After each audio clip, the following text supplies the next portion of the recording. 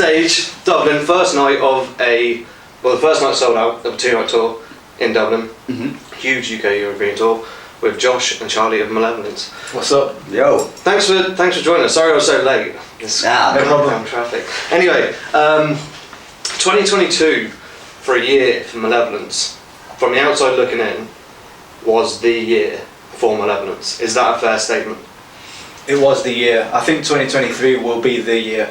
Okay. And you know what? Yeah. 2020 was going to be the year, but then COVID happened.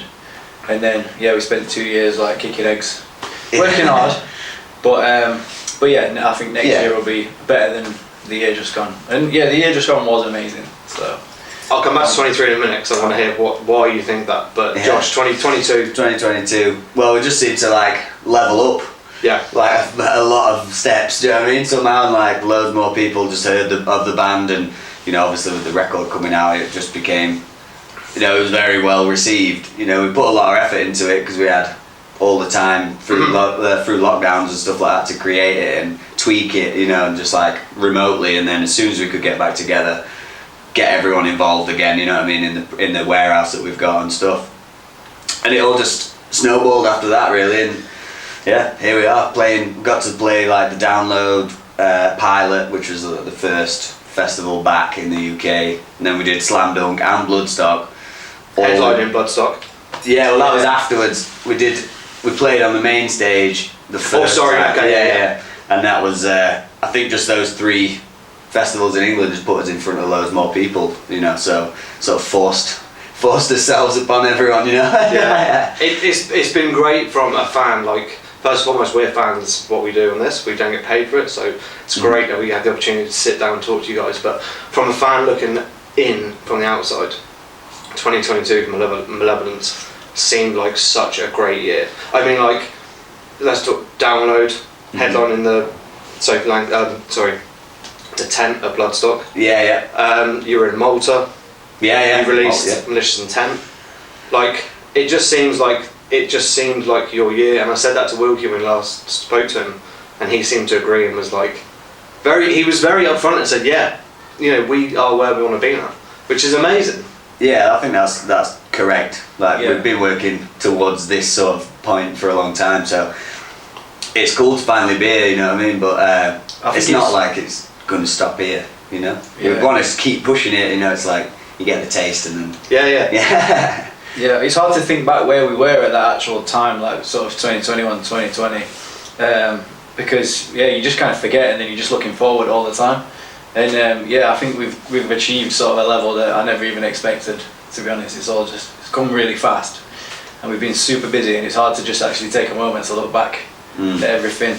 But I guess New Year's a good time to do that. And it has been a crazy year, so can't deny it. You released The Other Side, the EP in 2020, which was when COVID happened. That seemed to me, because obviously you had Self-Supremacy, but The Other Side seemed to me when you sort of, not change your sound a bit, but you added a bit more of those southern NOLA sort of grooves, if that makes sense. And it seems that it became more accessible in a way for Malevolence. Is that fair? Yeah. So I think when we were writing the songs for that, it was sort of trying to showcase 3 different sides of the band. You know what I mean? I guess Keep Your Distance is more of a bouncy party, sort of more hardcore, I guess. Do you know what I mean? Tune. Remain Unbeaten's quite metally. It's more melodic, and then you've got a ballad on the other side. Do you know what I mean? It's wanted it to sort of almost be an indication of what the record, Malicious Intent, was going to be about, or what people. And I think it led quite well into it. Giving people a different taste of different things that we can offer, and hopefully do well. So yeah. The Other Side was trying something new for us, because we never ventured into sort of that realm of softness, in a way. I mean, you had Turn the Stone. Yeah, that was the progression. Yeah, which was on the first album, and then sort of Self-Supremacy. You didn't have any of that on there. Yeah, we had True Colours. Do you remember that one? It wasn't as soft. It didn't really people didn't receive it that well, I don't think. But that was the progression from Turn to Stone, and then The Other Side came after that. Yeah. And then Malicious Intent, which we'll come back to in a minute. Yeah, exactly. Yeah, that's how I see it. So what was your highlight in 2022 then? Probably Malta. Was it? Yeah, just playing in a sunny holiday destination was like a goal of ours, and yeah, that was nice to tick off. And we did like a crazy DJ set as well. Yeah. It was like a bit of a bucket list thing, and it just went really well. We just did another DJ set trying to replicate it on New Year's, which didn't go off as well. So. Where was that? Just in Sheffield at church. Yeah. Yeah. So yeah, that was definitely a peak moment. Yeah. I think headlining the stage at Bloodstock, like the Sophie Lancaster stage, for me it was just like that was good. to be able to like have, what is it, like 8,000 people in that tent or something, and they're like, you're headlining. It's like, oh, yeah. It's sort of like, it's still a festival crowd that's going to be bigger than usual, you know, but like when you walk out and you're like, this is sort of like our show. Yeah. Do you know what I mean? You're like, this is mental. Like there's this many people that like singing back to you, you know, your new songs. And just like massive pit, you know what I mean? Like the whole time, and you're just like, this is insane. And then Rob Flynn just turned up. Never met him. And he just came to watch. From the side? Yeah, he watched the whole set. And he was like, alright, He was like doing some shots with him, like in the dressing room. No way. Afterwards. Yeah, he came to the dressing room and was like, he was just like cheers stood with my stuff. dad. Yeah. And did he say anything? Like, was he like, oh, love the Yeah. show? Oh yeah, he loved it. Yeah. He's a fan. Like Yeah, that's yeah. why he came to watch, because like he was a fan. He's heard the record. Alex went on his podcast as well, so Yeah. there's sort of like there's a link there, I guess. You know. So now there's a link to like the next guest vocalist on the There you next go. record. Yeah, maybe. Let's see. I saw you twice last year. Once was here in Dublin in Whelan's, which we spoke about just before we started. Yeah. The same time as a download. Sick. And I know I wasn't in Malta or anything, but the download for me was a very special. Like there's 10 of us who go each year. You know, from school we all meet up, and everyone was. This was the show we wanted to see, and Sick. it was just. I mean, you got the weather for it as well, which always makes a difference. Yeah. But the image of Alex on stage with the flares, Legendary it's shot. like iconic download for me. Like that was such a good thing, and it was just the place was heaving. Yeah. Like absolutely heaving. Like I've never seen the second stage like that early on be so busy. Like, I mean, you guys are metalheads. Download or Monster Rock, whatever it was. Mhm. Yeah. It must be quite a special thing to be there. Definitely. 100%. You know what? I used to have this VHS recording of what you remember when Download, like the recap was on in the middle of the night. Yeah. And I was way too young to go, like 2005. I can't remember how old I was, but it was when Trivium was on it the first time. And do you remember when they did the main stage? They opened it up, did they? Yeah, I think they got a they had a slot on a different stage, and then they got bumped up to main stage, and it was just absolute chaos. Mm-hmm. Yeah. And I must have watched that like 100 times, like. So to be there, and now you're. Yeah, and now we're with them tonight, so it's pretty sick. It's crazy. That's what I mean though. Like with Malevolence, like you guys from Sheffield, which is a northern working class town, and you guys coming out and where you are now is such a great story, and especially for the UK scene, because like the States has loads of bands and we're a bit disconnected in terms of being close to them and following them, but when you see a UK band do so well, it's actually so nice to see. And we said it before on the podcast when we reviewed Malicious Intent, like you're one of the hardest working bands in metal, and no one's going to begrudge you where you are today because you 100% deserve it. Yes. But anyway, that was just a bit of a side point. So Malicious Intent came out in May, which is mad because it feels like it came out last week. Yeah. Like I feel that. it just with COVID and that, it's all gone. But what has been the reaction? Like, I'm really interested to know. Have you noticed any new fans coming on board? Have you noticed any old fans who would have loved like Self Supremacy being like, not so much? Because we said it's not a change of sound. It's probably more change of songwriting in terms of like the choruses, like the hooky choruses, and the singing. If you want to part of that. Yeah. So have you noticed any like new fans coming on board or old fans? Yeah, definitely. Like I think we've got so many new fans. It seems to have just been like, right, we're on everyone's radar now, and everyone's coming to shows and stuff. And yeah, it just seems to just grow exponentially. But then, yeah, I think there was a few sort of old school heads, very very few, that were just like, oh, it's not hard enough. Really? It's not enough beat downs. But they were just guys that would say anything like that. Yeah. So. It's not a huge loss, and I'm sure they like some of the hard songs on the album. But then when there's a bit more singing, a bit more melody, and it's a lot more accessible now, in a way. So Yeah, fuck 'em. Yeah, that's it. We've gained more fans than we've lost, I think. You know what I mean? It's not noticeable. So you're net up like. And There's very, very few haters. I thought when we put it out, at least we'd get like, you know, a bunch saying some bad stuff, but everyone's so positive about it. Yeah. It's quite overwhelming, really, and really nice Yeah, it's to receive. when you work so hard on something and you generally don't have any bad reviews or, you know, any negativity towards it. It's like, surely it's got to happen at some point, but it's like not really been anything like particularly strong, you know, like opinionated things or anything like that. So it's been all positive, you know. Yeah, I think we're confident with the product as well. So I feel like it's timeless. So even if someone says it's shit, then I really don't care. So it's alright. It's nice. Yeah. I always like to ask this, do you read any of the comments and stuff, like, or do you read reviews for a start, or do you read any of the comments? Well, I get an email every time somebody comments on YouTube, so I read every single one. But, do you reply as well? Off a fucking different account. That has been done. But yeah, it's just entertaining. It's alright, it's no problem. I think you got to be thick-skinned if you're putting out your art, I think, and I think we're thick-skinned enough, it's fine. Yeah. You get a bit sad sometimes, don't you? Sometimes, it's just like, because I write like the majority of the music or whatever, so it's got, and it's like I record it as well, so it's like, I don't know, you know when you've like tried to tweak it so much that it's like, in my head it's like, couldn't be any better, do you know what I mean? And then, but I don't really care, but it's... You've got all the riffs though, haven't you? Because like when we're writing, he's got millions and millions of riffs, and then we just pick them apart. It's like he sits there writing them for hours and hours, days on end. Then we turn up and just start pulling them all apart. Like, okay, change this. This bit's not very good. And it's like, fuck you. Yeah. But then we get there in the end, and then you get a nice polished product. I want to come back to actually about the songwriting in a minute, and especially because we don't get to interview a lot of drummers. I don't know whether they're shy coming on being interviewed, but it's great. I can see that. But we, myself and Benny, who do the podcast together, we've talked about this numerous times, and we stand by this statement that you are this day's modern Pantera in terms of accessibility, like you said, but especially like the groove you have, the writing, and Pantera, look, we'll put the other stuff aside, but Pantera, I'm sure like you, when I was growing up, Pantera was like a staple of the metal diet, and now like you guys, from the UK point of view, seem to be, that's what we have in our minds. And the first 5 tracks on Malicious Intent, we compared to the first 5 tracks on Far Beyond Driven being that strong as a run-in.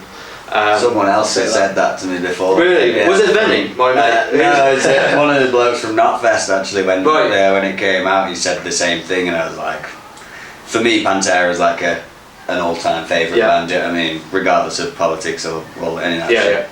The music is, so it's obviously an influence on the style of writing that I do. Do you know what I mean, in riffs and things like that, or song structures and things like that. So to have it like our album held that high on a pedestal with that, it's, do you know what I mean, it's like mind blowing really.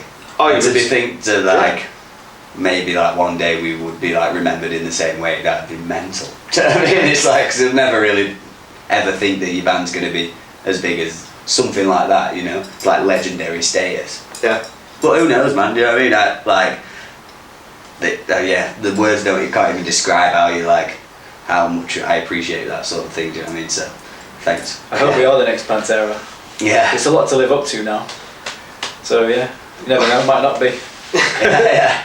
When they get those UK shows though, hopefully we get on them as well. Yeah, for sure. Who else is going to do it, do you know what I mean? Yeah, good point. So coming back to the writing of the album, so for me, front to back, it's a great album. I think I really enjoyed the latter half, especially the likes of Salvation, which I think is a great tune, and Armageddon. And one thing for you, Charlie, from the Drummers Union here, we'll let Josh have a rest about how great he is at writing riffs and all this stuff. Let's get that out in the air. But I think technically as well, from a drummer's perspective, like, it sounds absolutely massive on this album, and as a whole collective, as a band as well, we said this when we spoke to Wilkie, technicality as a band, I think, are very underrated. Like, you know, going back to Self-Supremacy, it is a, if you want to call it a metallic hardcore record, whatever, but there's a lot more underneath that, and each individual member of the band brings so much to it, like your riffs, Conan, etc., Wilkie on the bass. But Charlie, especially on this record, the drums sound absolutely massive. Now that could be down to the production, but also your groove and the way you're playing around the kit is wonderful to hear. Like, have you consciously improved since, let's say, from the beginning? I mean, you probably have to, but have you been learning new stuff, or is it just natural? I peaked at 14. It's just been downhill ever since. But now what I do generally when we're writing is, well, obviously Josh puts it all together like a demo and then writes rough drums. So then I sort of get the demo, sit down on the kit, and then just jam and jam and jam. Because that's how we used to write all the time anyway. We used to just do it caveman style, not even record it, then come back the week after, and then have to remember the riffs and everything. It wasn't very productive. But now, yeah, we put him in front of a computer on Logic, and yes, it flows a lot better now. But that means basically I can take the demo, sit on the kit, and then just push myself. And I just try and write stuff that's creative and a bit different, and just not try and do the obvious fills, but then also not show off, because that was something we used to do, which we were guilty for on the first couple of albums. We used to just try and play things as technical as possible, and just to, you know, prove ourselves really. And then obviously getting that done, getting that in the past, you know, we've sorted that now, so now we can just focus on making the songs as sick as possible. So yeah, generally just try and write, the most creative, like technically difficult stuff, but not with that, like, that's still in reach, because I have made it too hard before. And like for example that song on Self-Supremacy, Trial by Fire, it was just too hard. And then we decided to play it live, and I just couldn't. So it's gone. Well, basically we got through it, and it was just really, really stressful, and then also a bit sloppy. So we were like, right, so you need to stay within your capability, but obviously try and play stuff that's at the absolute peak of that. And then that's how I've managed to improve over the years, I think. And that's the only time I improve, because like when we're not touring, I just won't even play the kit for it. Get back to it, and I'm like, oh my god, how do you do this? And I have to start again. But New Year's resolution is practice more often. Right. And what do you use on your kit? How many rack toms? Is it a big kit or? Yeah. Well, I noticed today it's same as Trivium lad, but he's got another bass drum. Oh, so I'm nearly there. So you're just using double kick pedal, and he's just got an extra bass drum. Yeah, pretty much. Nice. He's got a couple more cymbals, but we'll get there. And, so yeah, it's like it's ever growing, isn't it? Yeah. We started giving him more stuff, so I started adding to it. Really. So I don't know where we'll draw the line. So I love how you said, "Oh, when I got there, it just was seeing the same. Like you've never noticed it before." So sorry. I know, obviously, this only just come out last year, but the question is always, what's next? Are you writing? Have you? I mean, you signed to Nuclear Blast now, but you know, which is a phenomenal label, like one of the biggest ones out there now that Roadrunner's pretty much gone. So signed to Nuclear Blast, huge thing, like great label, huge roster of bands, like pioneering like metal bands. Yeah, it's crazy how many bands this year. We've got them all. So are you actively writing, or are you? Yeah. You're not really. Yeah, we've got some bangers. Yeah, we're not stopping. I'm trying to be ahead of the game, aren't we? Because we've had big gaps between the albums. Yeah, I mean, only 5 years. Exactly, that's what I mean. So now but like we said, we used to write songs like caveman style. It'd just be me and him jamming, and then you've got to like try and remember it all, and then do you know what I mean? And then you go on a tour and just wipe your memory. And start again. So. Whereas now we just demo it all, and we can all just pick and choose bits that we like, or songs that we like, and structures and things like that. Do you know what I mean? It's just like everyone can listen to it, rather than me and him having to play it to everyone and being like, I don't get it. Do you know what I mean? And then we have like these days we have like 20 demos before we actually pick them and then start finalising them, and that's where everybody's opinion comes flying in, and then we get stuck again. And then everyone's got something to say about something. So you as Charlie, as a drummer, are actively involved in the writing process as well then? Like. But yeah, we all try and pitch in, but yeah, he's the main dude, and then I think like Wilkie and Alex generally do most of the lyrics. Con comes down and just like smashes a sick melody singing, and then we put like lyrics to that, and then I just try and like pitch in with little words here and there with lyrics. Not my strong point. I just more about like transitions and things like that, innit? To like from different riffs. You're quite good at those ones. Alex has got pretty good at just mouthing breakdowns. Yeah. Everyone's got like their own bit, don't they? I just have to sit on the computer and try and work out what they're on about, and then like, try and play it in. Like, is this what you mean? Like, nah. Yeah, or like, sick. Like, cool. Yeah. Everyone's very quiet when they get their idea like dismissed. Like, I mean, Congrenon's singing part on the Broken Glass that's one of the songs of 2020. One? 22, sorry. 22, Jesus. Yeah. Song's 22. It's absolutely massive. Yeah, it was like full lockdown when we wrote that. Yeah. I remember when we hit that chorus and we were all like, whoa. This is sick. It's unbelievable. And by the way, the video to that. Oh yeah, sick. Yeah. It's just brilliant. I love it so much. Yeah. It's a Malevolence video. Like it's just no frills or like anything like that. It's just you being Malevolence boys. It's absolutely. Brilliant. It's probably like the most fun show I ever played. Really? Yeah. It was like because we were influenced by POD's Southtown video. Do you remember that one? No, I remember the band. Similar vibe. You were with them? Yeah, that was crazy. But we got like the big wide stage so everybody could get on it and just create a sick vibe, and then them big sort of spotlights. We just pretty much did the same thing but our style.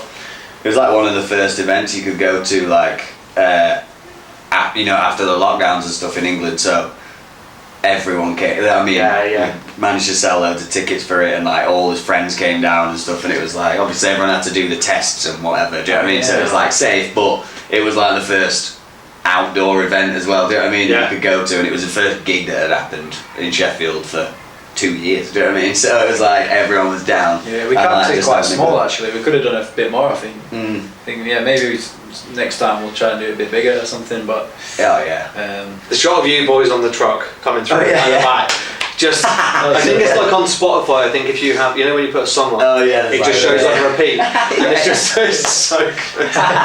Absolutely love it.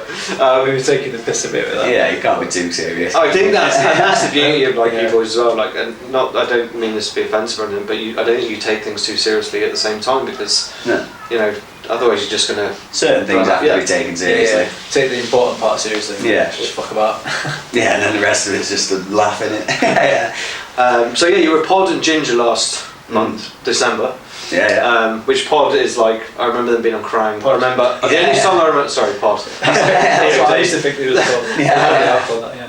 Alive was the only song I sort of remember. That's there's probably more. I don't know. There's Boom as well. Is there? And then maybe. And then this tour with yourselves, Heaven Shall Burn, and Obituary later on. Yeah, they join in the European leg, so like in a week or so. Just touring with all these legends now. It's mental. Amazing. It's weird. Like, okay, so my penultimate question: what's the glass ceiling for Malevolence? Do you think?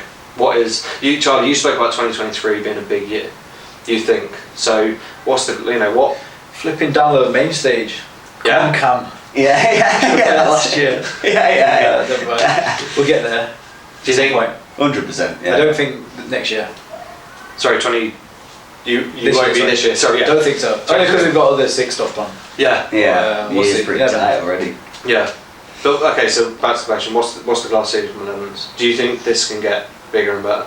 Oh yeah. 100%. Sky's the limit. Yeah. Fall on the trees. I don't know. Tons of room in it. I don't know. It's kind of hard to gauge really. I guess like it used to be like play with Lamb of God and stuff like that, and like we just did that, and then we're doing a cruise with them in America, like an A-breed and stuff like at the end of this year. So just like it needs to do down there. it needs to do smash through it. That's it. So I don't know. It's all a bonus. Everything's just sick. You know what I mean? It's like life's good. It's snowballing. Hopefully we can keep it snowballing and people keep enjoying what we do. And Trivium, I used to stand on my bed and play along to Ascendancy. I mean, when I was like 12, so Do you know what I mean? Now I've got And that's crazy, yeah. isn't it? To do, like, Yeah. that's mental. Like, the 70s, how old now? 20 years? Something like Yeah, that? I guess so, yeah. Yeah. And now you're, like, you playing on the bed, Yeah. and now then you're supporting them. Yeah, It's mental. yeah. It took 20 years, but Yeah. Well, yeah, good point. But no, deservedly so. Just keep doing it. So obviously we're in January now. This goes on till February, I think. Late Feb. February 20th, I think. And what else is planned for the year that you can tell us about? There's obviously other stuff that. Going back to America for a big tour, Nice. which is like an amazing opportunity. Headlining run or?